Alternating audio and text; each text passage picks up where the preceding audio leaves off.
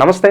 ప్రస్తుతం మనతో పాటు ప్రముఖ జ్యోతిష్య వాస్తు నిపుణులు, లలితాదేవి ఉపాసకులు బ్రహ్మశ్రీ నానాజీ పట్నాయక్ గారు ఉన్నారు. గురుగారితో మాట్లాడేద్దాం. నమస్కారం గురుగారు. శ్రీమాత్రే నమః.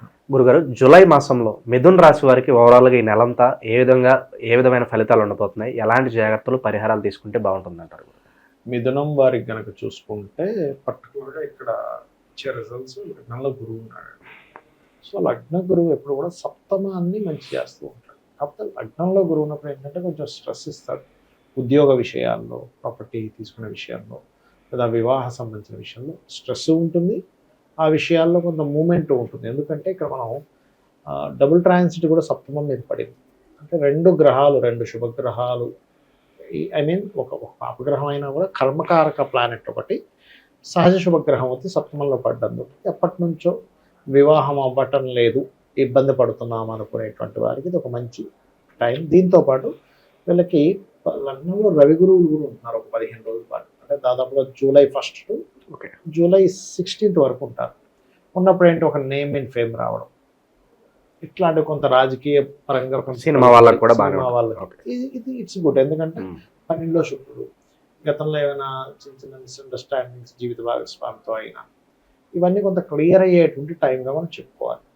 సంతానం ఎప్పటి నుంచో సంతానం కోసం ఎదురు చూసే వాళ్ళకి ఎలా ఉండబోతుంది గురుగారు? సంతాన యోగం అయితే ఉంటుందండి ఈ టైంలో. అండ్ ఇంకోటి ఏంటంటే ఇక్కడ సంతానం విషయంలో రెండవ సంతానం కోసం ప్రయత్నం చేస్తుంటారు కదా, అటువంటి వాటికి కూడా ఉంది. ఎందుకంటే సప్తమం అనేది వివాహం ఒకటే కాకుండా సంతానాన్ని కూడా ఇచ్చే స్థానం సప్తమ స్థానం అనేది. సో ఇక్కడ సంతాన యోగం కూడా ఖచ్చితంగా కలుగుతుంది, అందులో ఎటువంటి సందేహం లేదు. అలాగే ఈ రెండవ స్థానంలో బుధుడు ఉన్నారు వీళ్ళకి ధనస్థానంలో. ఎప్పుడైతే ధనస్థానంలో బుధుడు ఉన్నాడో ఈ చతుర్థాధిపతి వచ్చి ధనస్థానంలో ఉన్నందుకు వీళ్ళకి చూడండి ఎప్పటి నుంచో ఒక ల్యాండ్ అమ్మేద్దాం అనుకుంటున్నాము. ఎందుకంటే 3లో కుజుడు కేతు కదా, ల్యాండ్ అమ్మదాం అనుకునే దానికి మాత్రం ఇప్పుడు పాజిటివ్గా ఉంటుంది. ఒక్కోసారి మనకి అమ్మడం కూడా అవసరమేనండి. ఒక్కోసారి అమ్మపోకపోతే తలకైనట్టు ఏదో పెద్ద ప్రాపర్టీ కొంటున్నాం, 2 చిన్న ప్రాపర్టీలు అమ్మేయాలి అని వాడికి టైం ఇచ్చేసాము, వాడికి కొంత అడ్వాన్స్ ఇచ్చి వాడి ఏం ప్రభావం అమ్ముడు పోవట్లేదు అనిపిస్తుంది. ఇది ఒక పెళ్ళి ఉంది, ఇది అమ్మడానికి మంచి టైం, ఇది మెయిన్గా గుర్తుపెట్టుకోవాలి. అలాగే విదేశాలకు వెళ్ళడానికి కూడా మంచి time. 12th lord is in 12th house. విదేశాలకు వెళ్ళి అక్కడ ఏదైనా ఉద్యోగం చేయడానికి, ఇక్కడ నుంచే బయట దేశాల్లో ఉండేటువంటి వాళ్ళకి ఇక్కడ నుంచి నైట్ డ్యూటీస్ చేస్తూ ఉంటారు కొంతమంది, అటువంటి వాటికి మంచిదని చెప్పుకోవచ్చు. భూమి మూలంగా కూడా కొంతధనం మీడియేటింగ్ ద్వారా, బ్రోకరైజేషన్ ద్వారా కొంతధనం అనేది వస్తుంది. కాకపోతే 3లో కుజకేతులు ఉన్నందుకు మీరు కాస్త అంటే ఈ సంతకం పెట్టేటప్పుడు, అగ్రిమెంట్స్ రాసుకునేటప్పుడు, మధ్యవర్తిత్వంగా ఉండేటప్పుడు చాలా కేర్గా ఉండాలి. పార్ట్నర్షిప్ బిజినెస్లు కలిసి వస్తాయి గురుగారు వీళ్ళకి? ఇప్పుడు కొంతవరకు పార్ట్నర్స్ వల్ల లాభం ఉంటుంది. కాకపోతే ఇక్కడ ఏంటంటే personal chart is most important. సప్తమ స్థానం ఈజ్ పార్ట్నర్, అది లైఫ్ పార్ట్నర్ కానివ్వండి, వివాహ సంబంధించి అది మన బిజినెస్ పార్ట్నర్ కానివ్వండి. ఈ 7th లార్డ్ బాగున్నాడు ప్లస్ బుధుడు బాగున్నాడు, 7th లార్డ్ ఎక్కడ ఎఫెక్ట్ అవ్వలేదు, 7th హౌస్ ఎక్కడ ఎఫెక్ట్ అవ్వలేదు, ఖచ్చితంగా మీరు పార్ట్నర్ ద్వారానే మీకు బాగుంటుంది. ఇంకోటి ఏంటి, 2nd లార్డ్ కనెక్టివిటీ సప్తమానికి వచ్చింది. అప్పుడు ఏమవుతుందంటే పార్ట్నర్ వల్లే మీకు ఆర్డర్స్ వస్తాయి, పార్ట్నర్ వల్లే మీకు కొంత ధనం వస్తుంది, ఆయనకి బాగుంటుంది. ఇఫ్ మీకు పార్ట్నర్ పాడయ్యాడు అనుకోండి, 7th లార్డ్ స్పాయిల్ అయిపోయాడు, మీరు పార్ట్నర్షిప్కి వెళ్ళడం వల్ల మీరు బాధపడతారు, ఆయన బాధపడతారు, ఇద్దరికి నష్టమే. నేను ఒకటే చెప్తా, అయ్యా మీకు పార్ట్నర్షిప్స్ లేవు చేయకండి, ఫస్ట్ మీకు అసలు బిజినెస్ యోగం ఉందో లేదు చూసుకోండి అంట. పార్ట్నర్ రాకెందుకు, బిజినెస్ యోగమే లేదు, ఫస్ట్ మీరు నష్టపోతారు కదా పార్ట్నర్ తర్వాత సంగతి. సో అది చూసుకోవాలి. అందులో కూడా మీకు దేని ద్వారా ధన యోగం వస్తుంది, దీన్ని ఒక రీసెర్చ్గా తీసుకొని చేసినవండి ఇవన్నీ. ఖచ్చితంగా మీకు దాని ద్వారా ఉంటే కనుక యోగం ఉంటుంది. ఇక ఆర్థిక స్థితిగతుల పరిస్థితి గురుగారు, వచ్చిన రూపాయి నిలబడే అవకాశం ఎంతవరకు కనిపిస్తుంది వీళ్ళకి? ఒకటండి, ఇక్కడ 4వ అధిపతి 2లో ఉన్నందుకు భూముల వల్ల ధన యోగం ఉంది. అండ్ ఏదైనా ఒక మీడియేటింగ్ ద్వారా కొంత ధన యోగం చూపిస్తుంది. ఎందుకంటే 2లో ఎప్పుడైతే బుధుడు ఉన్నాడో ఇస్తున్నాడు. అదిగాక ఇక్కడ శుభకర్తెల్లో పడింది మిథునం అనేది. అంటే లగ్నంలో ఏమో గురువు, 2 బుధుడు, 12లో ఏమో శుక్రుడు. సో ఇక్కడ ఎప్పుడైతే శుభకర్తెల్లో పడుతుందో కొంత సేఫ్ జోన్లో ఉంటారు. కాకపోతే వీళ్ళకి ధనయోగం బాగుంది. కాకపోతే వీళ్ళు మాట్లాడే విషయాలు, పరాక్రమ స్థానంలో కుజుడు కేతు ఉన్నందుకు కొంచెం ధైర్యంగా ఏదైనా చేస్తారు, అందులో ఎటువంటి డౌట్ లేదు. కానీ ఎప్పుడైతే 3లో కుజుడు కేతు ఉన్నప్పుడు ఒక్కసారి అదే టంగ్ స్లిప్ అవుతుంది.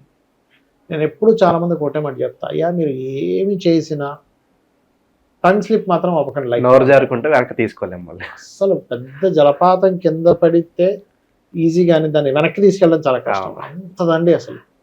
మీకు ఎమోషన్స్ వస్తాయి, కోపం వచ్చేస్తుంది, కానీ దాన్ని ఎలా మీరు కన్విన్స్ చేయాలి, ఎలా చెప్పాలి, ఇది ముఖ్యంగా మన పిల్లలకు నేర్పించాలండి. అవును. చెప్పడం కాదు, నేను చెప్పేసాను నాకు ఇష్టం లేదంటాడు, అలా కాదు, నువ్వు ఎలా చెప్పాలో నేర్చుకోవాలి. అలా చెప్పాలో నేర్చుకోగలిగితే నువ్వు జీవితంలో పైకి వచ్చేస్తావు.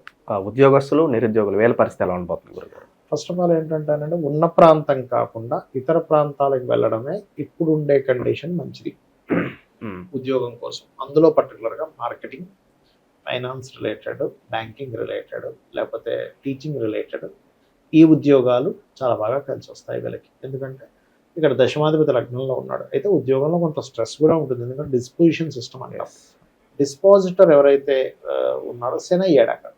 శని ఎనర్జీస్తో ఇక్కడికి వస్తున్నాడు అంటే ఏంటి, ఆల్ ఆఫ్ సడన్గా దూర ప్రాంతానికి వెళ్ళడం ద్వారానే మీకు ఉద్యోగం వస్తుంది అని చెప్తుంది ఇక్కడ గోచారం. ఓకే.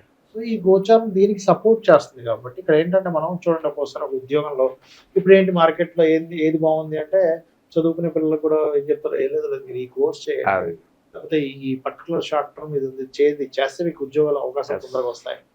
మార్కెట్లో ఏది బాగుందో దాన్ని మనం చేస్తున్నాము ప్రాక్టికల్గా చూస్తే. అలాగే మార్కెట్ గోచారం ఏం చెప్తుంది, ఉన్న ప్రాంతం కాదు దూర ప్రాంతానికి వెళ్ళి నైట్ డ్యూటీస్ చేయి, అండ్ అట్లాగే ఈ రంగాల్లో బాగుంది నీకు, ఇక్కడ మీకు ఉద్యోగ అవకాశాలు వస్తాయి, కానీ కొంత స్ట్రెస్ ఉంది, దీన్ని మనం అర్థం చేసుకుంటాం. ఓకే. ప్రలోభాలకు ఎక్కువగా గురయ్యే అవకాశం నాకు అనిపిస్తుంది. అంటే ఎవరో వస్తారు, ఎక్కడో ఏదో ఉందంటారు, ఏదో ఆఫర్ అంటారు, తద్వారా మోసపోయే అవకాశాలు ఎక్కువ ఉంటుంది. ఇలాంటి సిచ్యువేషన్స్ ఏమైనా ఉంటాయి గురుగారు? ప్రలోభాలంటే మీరు అన్నట్టుగా మధ్యవర్తిత్వం విషయంలో ఏదైనా అగ్రిమెంట్స్ చేసుకునే విషయంలో కొంచెం జాగ్రత్తగా ఉండాలి, మోసపోయే అవకాశం ఉంది. అది కొంచెం. ఎందుకంటే మూడులో శుభగ్రహాలు ఉన్నప్పుడు, అంటే పాపగ్రహాలు ఉన్నప్పుడు వేరు, శుభగ్రహాలు ఉన్నప్పుడు వేరు. ఎప్పుడైతే రెండు పాపగ్రహాలు ఉన్నాయో ధైర్యాన్ని ఇస్తుందండి. మంచి అంటే భలే ధైర్యం చేశాడు రా అసలు, గుడ్ అంటాం అందరం. కానీ ఇక్కడ ఏమవుతుందంటే, ఎప్పుడైతే మూడులో రెండు పాపగ్రహాలు ఉన్నాయో ఇదే ధైర్యం కొంచెం ఎక్స్ట్రా డోస్ అయితే అది ఒక ప్రమాదానికి దారితీస్తుంది. ఏంటంటే సంతకం పెడితే తీసుకురావడం, అక్కడక్కడికి సంతకం పెట్టాక అది పెద్ద కొమ్మ వస్తుంది. కాబట్టి ఈ విషయాల్లో పర్టికులర్గా జాగ్రత్తగా ఉండాలి. ఓకే. ప్రేమ విషయాలు పర్టికులర్గా అఫెక్షనేట్గా ప్రేమ వివాహాలు జరగడానికి ఎంతవరకు అవకాశం ఉంది, లేదంటే వ్యక్తిగత చెక్ చేసుకోవాలి గురుగారు? ఖచ్చితంగా ఉండదండి. ఇక్కడ ఏంటంటే ఎవరైనా ఇష్టపడ్డాము, వివాహం చేసుకోవాలని ఒక ప్రపోజల్ అవతల వాళ్ళకి పెడుతున్నాము, ఇది ఖచ్చితంగా సక్సెస్ అవుతుంది ఈ సమయంలో. ఎందుకంటే ఇక్కడ ముందు వెనక ఉండే గ్రహాలను అబ్జర్వ్ చేయాలి. ఇక్కడ 5th లార్డ్ కూడా చూసుకోవాలి. 5th లార్డ్ వచ్చేసి మీకు 12th హౌస్లో వచ్చి కూర్చున్నాడు. ఎప్పుడైతే 12వ అధిపతి శుక్రుడు, 12వ అధిపతి 5వ అధిపతి రెండింటికి ఒకటే శుక్రుడు ఓన్ హౌస్లో కూర్చున్నాడో అది 6th హౌస్ చూస్తుంది. 6th హౌస్ అంటే డైలీ లైఫ్, నీ నిత్య జీవితంలో ప్రేమ వ్యవహార సంబంధించినవి ఇప్పుడు జరగనుంది అని చెప్తుంది. అది కాకుండా ఒక శుభగ్రహం సప్తమాన్ని చూడటం, అండ్ ఇంకోటి ఏంటి, సప్తమాన్ని శని చూస్తూ అదే శని శుక్రుడిని కూడా చూస్తున్నాడు. సో ఇక్కడ ఏంటంటే ఒక ప్లానెట్ ఏ ఎనర్జీస్తో అది కన్వే చేస్తుందని చూసుకోవాలి.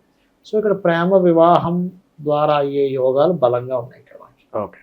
ప్రజెంట్ ఉన్న గ్రహస్థితి బట్టి గురుగారు ఎలాంటి పరిహారాలు వీళ్ళు బాగా అవసరం అంటారు ప్రస్తుతం వీళ్ళకి? వీళ్ళకి ఒకటేనండి, లలితా సహస్రనామాల్లో ఒక నామం ఉంటుంది, ఓం కనకాంగద కేయూర కమనీయ భుజాన్వితాయే నమః. ఇది చాలా ముఖ్యమైనటువంటి అంశం, ఇది చేసుకోవాలి. ఎందుకంటే దాని ద్వారా ఏమవుతుందంటే, ఒక్కొక్కసారి ఈ మూడులో కుజకేతువులు ఉన్నప్పుడు అదే టైంలో ధైర్యము వచ్చేస్తుంది, అదే టైంలో అది భయపడిపోతుంది. అంటే ఆ బ్యాలెన్స్ అనేది క్లారిటీగా వస్తుంది. సో ఓవరాల్గా జూలై మాసంలో ఈ రాశి వాళ్ళందరూ కూడా ఏ విధంగా ఉండబోతుందో చాలా బాగా వివరించారు. ధన్యవాదాలు గురుగారు.